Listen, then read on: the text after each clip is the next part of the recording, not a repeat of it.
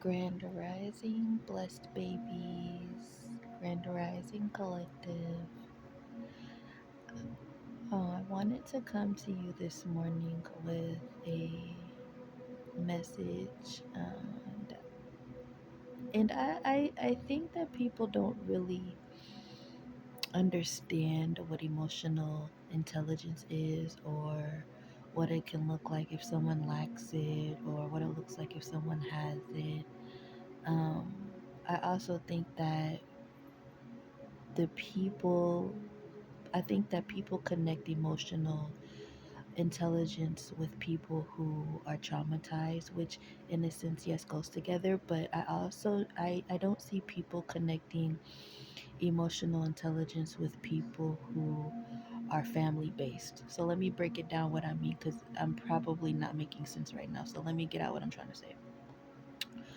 So what I'm trying to say is, for one, a lot of times, negative emotional intelligence or non existent emotional intelligence is normally inside of a person that has experienced some type of trauma, right? Normally, people who have childhood trauma is where that comes from.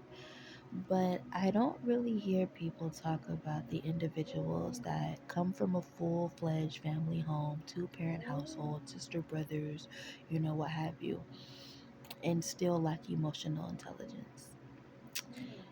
I want to talk about that piece because for some reason my life has paired me with a lot of individuals who come from home based families, come from, two parent households, one parent household. Even if it was a one parent household, the person still had adequate family and had, love, support, and what have you.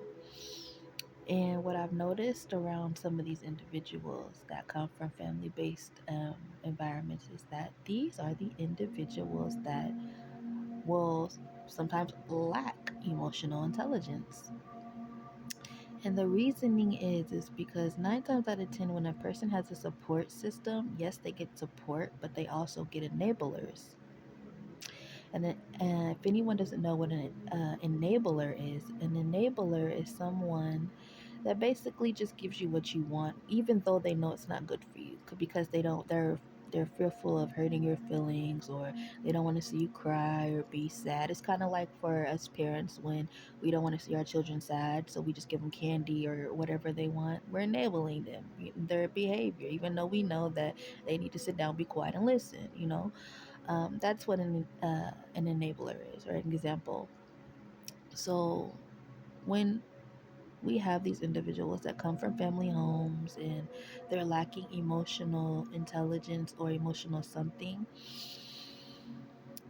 like I said, they also become codependent. And a lot of times codependent people with a lack of emotional intelligence, they're very good at what is the word I'm looking for, manipulation, which means they can manipulate people into becoming their enablers. So when a person with these conditions, a lack of emotional intelligence, or whatever, and they find enablers, these these enablers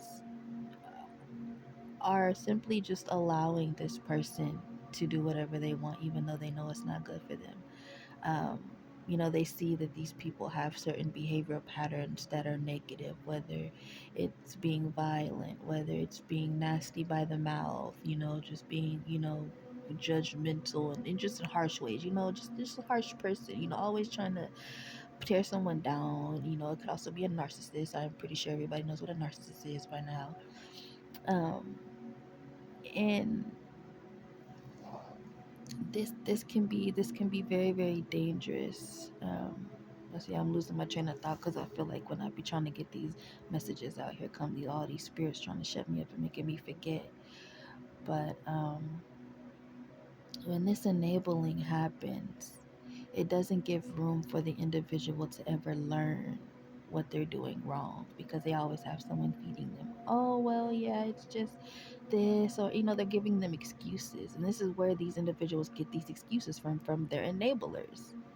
Okay, so when a person that lacks emotional intelligence and things like that, they come across a person who doesn't take that or tolerate that, they then deem that person as a nasty individual. And then this is how things start happening, rumors and blockages and gossip and things like that, because they finally came up against someone that does not allow for their effery to consume them. And so they will try every bit that they can to get people to attack this individual. And this is why we have individuals that go through things for no absolute reason other than the fact that they've called out somebody on their piss poor BS. I know this because, like I said in the beginning of my video, I've been in environments full of enablers, full of codependent people, full of narcissists, full of people that lack emotional intelligence. And it's mainly because of the family dynamic. Now, I've also been around people, including myself, that have been traumatized to the point where they lack the emotional intelligence. However, a lot of those people that do lack emotional intelligence and have been through trauma, a lot of us hold that in, so we people don't normally see that, compared to an individual that has enablers always giving them things, and the moment they don't get something, what do? They throw tantrums, they act out just as such as to a child. This is why when something happens in society or the community, and it's a tragedy, and we look at the suspect that committed the tragedy and we do a background check, you see that they come from homes and this and that. But it's like, well, damn, they came from a two-parent household, a loving household. Why are they acting like this?